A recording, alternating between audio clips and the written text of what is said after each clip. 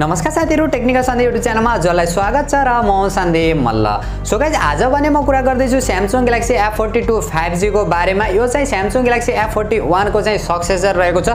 लिक्स र रुमरहरुलाई हेर्ने हो भने चाहिँ Samaung Galaxy A22 5G को चाहिँ रिब्रान्डेड भर्जन चाहिँ हुने भन्ने कुराहरु चाहिँ आइरहेको छ। मलाई पनि त्यस्तै लाग्छ। यसको डिजाइनलाई हेर्ने हो र फिचर स्पेसिफिकेसनलाई हेर्ने हो भने सेम टु सेम नै रहेको छ। सो आज यसैको बारेमा चाहिँ कुरा गर्ने छु, के फिचर स्पेसिफिकेसन रहेका छन् र हामीले नेपाली बजारमा चाहिँ कहिलेसम्म देख्न सकिनेछ र के कति प्राइसमा चाहिँ देख्न मिल्नेछ, सम्पूर्ण जानकारी दिनेछु र भिडियो अन्तिमसम्म हेरेर जानकारी लिनु होला। र त्यो भन्दा पहिला चाहिँ यदि आजको भिडियो मन पर्यो, भिडियोलाई लाइक गरेर तलपट्टि देख्न सक्नुहुन्छ रातो बटन, त्यसलाई थिचेर च्यानल सब्स्क्राइब गर्नु होला र साथमा रहेको नोटिफिकेसन बेल आइकनलाई दबाएर अल नोटिफिकेसनलाई पनि अन गर्नु होला, ताकि म जति पनि नयाँ भिडियो अपलोड गर्छु सबैभन्दा पहिला नोटिफिकेसन हजुरलाई मिल्नेछ।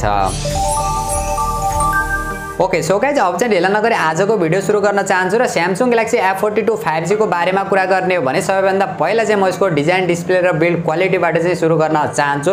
6.6 इन्चको HD plus TFT panel display देख्न सकिन्छ, जसमा 90 हर्ट्ज को रिफ्रेश रेट देख्न सकिन्छ भने कोर्निङ गोरिल्ला ग्लास 3 को चाहिँ प्रोटेक्सन देख्न सकिन्छ। पछाडिपट्टिको डिजाइन चाहिँ प्लास्टिकले गरिएको छ। ओभरअल डिजाइन, डिस्प्ले र बिल्ड क्वालिटीको बारेमा कुरा गर्ने हो भने प्राइसिङलाई हेर्ने हो भने डिसेन्ट खालको चाहिँ रहेको छ, किनभने यसमा TFT प्यानल वाला चाहिँ डिस्प्ले युज गरिएको छ। जुन प्राइसमा चाहिँ यो लन्च हुने तयारी गरिरहेको छ, त्यो प्राइस सेगमेन्टमा हामीले फुल HD प्लस रेजोल्युसनका साथ एमोलेड डिस्प्ले पनि देख्न मिल्छ भने यसमा भने हामीले TFT प्यानल वाला डिस्प्ले देख्न सकिन्छ, जो हामीले 12-13 हजार को प्राइस सेगमेन्टका स्मार्टफोनहरुमा चाहिँ देख्न मिल्छ। Samsungका डिस्प्लेहरु राम्रो भन्दै चाहिँ अहिले धेरै चाहिँ कट आउट गरिरहेको छ। र सफ्टवेयरको बारेमा कुरा गर्ने हो भने Android 11 देख्न सकिन्छ, One UI Core 3.1 का साथ। हल्का फुल्का चाहिँ हामीले ब्लुटुथ पनि देख्न मिल्नेछ, तर त्यसलाई मजाले पनि हामीले डिलिट गर्न सकिनेछ। र प्रोसेसरको बारेमा कुरा गर्ने हो भने यो स्मार्टफोनको सबैभन्दा हाइलाइटेड फिचर भनेको यही प्रोसेसर रहेको छ, जो MediaTekको Dimensity 700 SoC चिपसेट प्रोसेसर देख्न सकिन्छ, जसमा 5G को सपोर्ट पनि रहेको छ। 7 नैनोमिटर फेब्रिकेसनमा चाहिँ बनेको छ।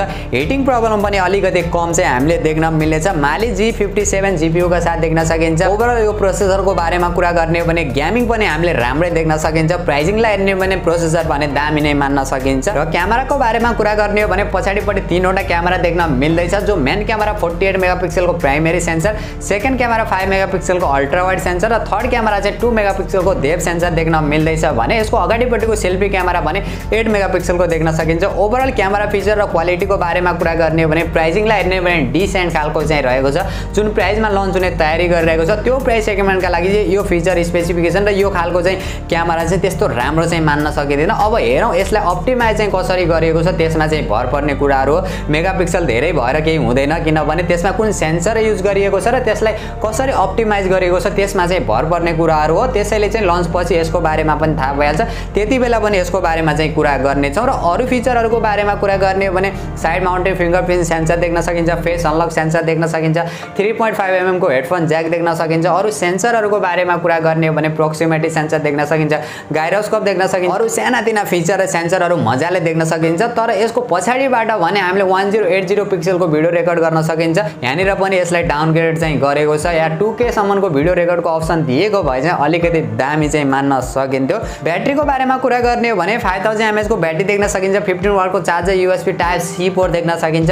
यहाँनिर पनि अलिकति चाहिँ डाउनग्रेड देख्न मिलेको छ। 15 वाट को चार्जर एकदमै नर्मल चार्जर हो अहिलेको टाइममा आएर, या त 18 वाट को चार्जर दिएको भए पनि हामीले डिसेन्ट चाहिँ मान्न सकिन्थ्यो। यहाँनिर पनि यो चाहिँ डाउनग्रेड रहेको छ। र भेरिएन्टको बारेमा कुरा गर्ने हो भने चाहिँ 4वटा भेरिएन्टमा चाहिँ देख्न मिल्नेछ, जो 4GB plus 64GB, 4GB plus 128GB, 6GB plus 128GB र 8GB प्लस 128GB वाला चाहिँ देख्न मिल्नेछ ग्लोबल मार्केटमा। तर अब हेरौँ हाम्रो नेपाली बजारमा चाहिँ कुन भेरिएन्ट वाला चाहिँ लन्च हुन्छ, त्यो भने अहिले कन्फर्म भएको छैन। जहाँसम्म मलाई लाग्छ 4GB प्लस 128GB र 6GB प्लस 128GB वाला चाहिँ देख्न मिल्छ। यदि 4GB प्लस 64GB वाला नेपाली बजारमा लन्च भयो भने चाहिँ हामीले 25 देखि 27000 को बीचमा चाहिँ देख्न मिल्नेछ। अब हेरौँ कुन भेरिएन्ट वाला लन्च गर्छ र के कति प्राइसमा लन्च गर्छ।